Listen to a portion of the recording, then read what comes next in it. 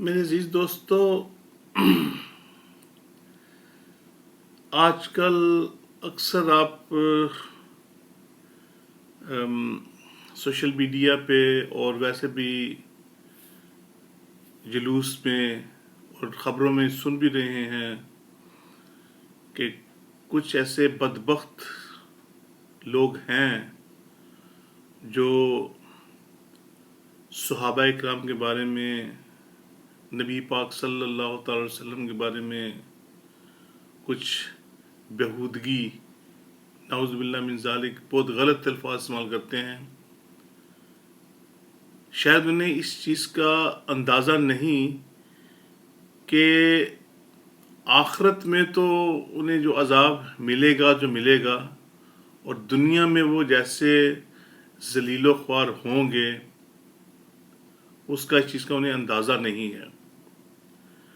جو بھی انہیں دیکھتا ہے، جو بھی ان کی کوئی خبر سنتا ہے، ان سب کو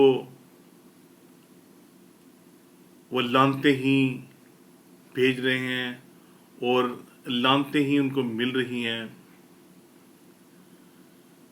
اللہ رب العزت ہمارے حکمرانوں کو، ہمارے قوانین بنانے والوں کو، ہمارے ججز حضرات کو اس چیز کی توفیق عطا فرمائے کہ ان کو ان کے کیف کردار تک پہنچائے، تاکہ یہ جو مسائل جو روزانہ اٹھ رہے ہیں، یہ ایک باقاعدہ منصوبہ بندی کے تحت ایکچولی یہ کام ہو رہا ہے۔ ویسے تو کچھ ہو نہیں سکتا، ایک باقاعدہ ان کی منصوبہ بندی ہوئی ہے جس کے تحت یہ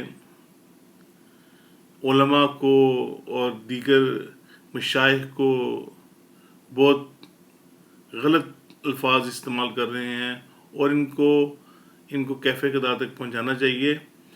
تو اس طرح کے واقعات پہلے بھی ہوتے رہے ہیں اور ان سے بھی انہوں نے سبق حاصل نہیں کیا۔ ایسے لوگوں کی شکلیں دنیا میں ہی بگڑ جاتی ہیں۔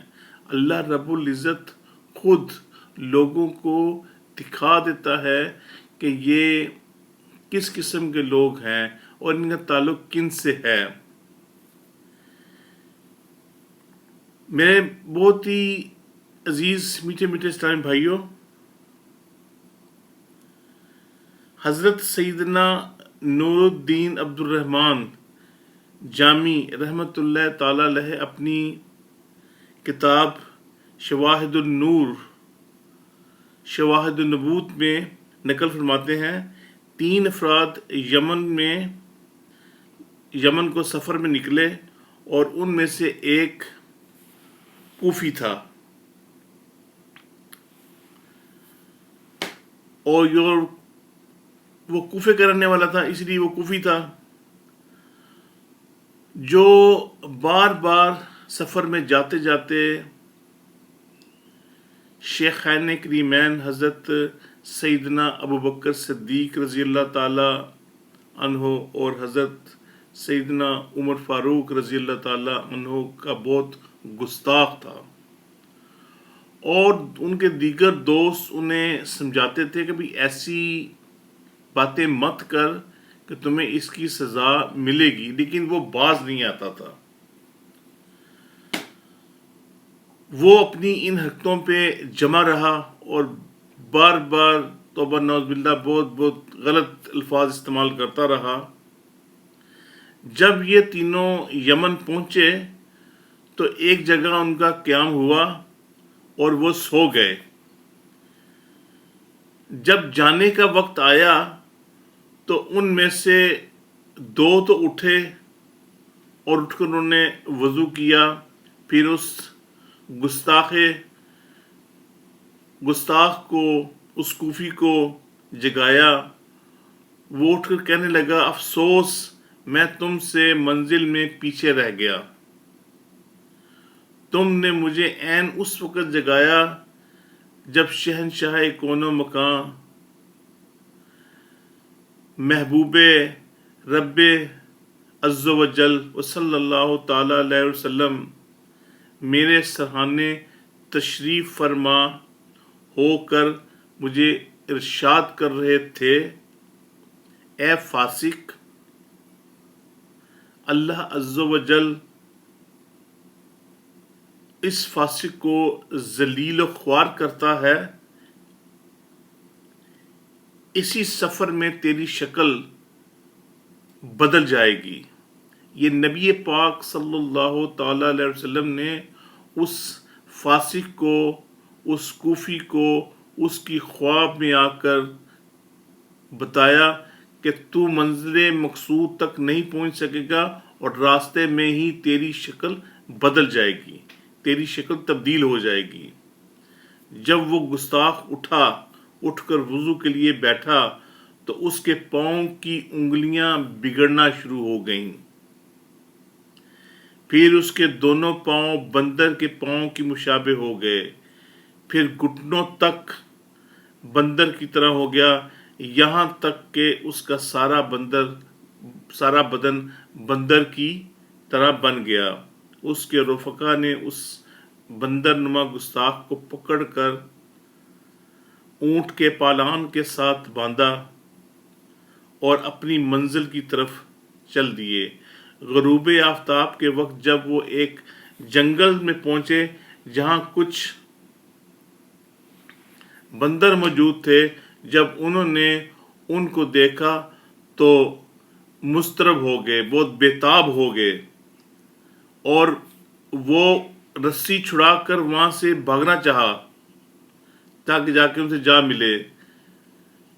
پھر اس کی رسی کھولی گئی، وہ وہاں سے بھاگا اور ان دوسرے بندروں کے ساتھ مل گیا۔ پھر سبھی بندر ان دونوں دوستوں کی طرف آئے تو وہ پریشان ہو گئے کہ شاید یہ اب ہم پر حملہ آور ہوں گے، لیکن انہوں نے ان دوستوں کو کچھ اذیت نہ پہنچائی، اور وہ بندر نما گستاخ ان دونوں کے پاس بیٹھ گیا اور انہیں دیکھ کر آنسو بہاتا رہا۔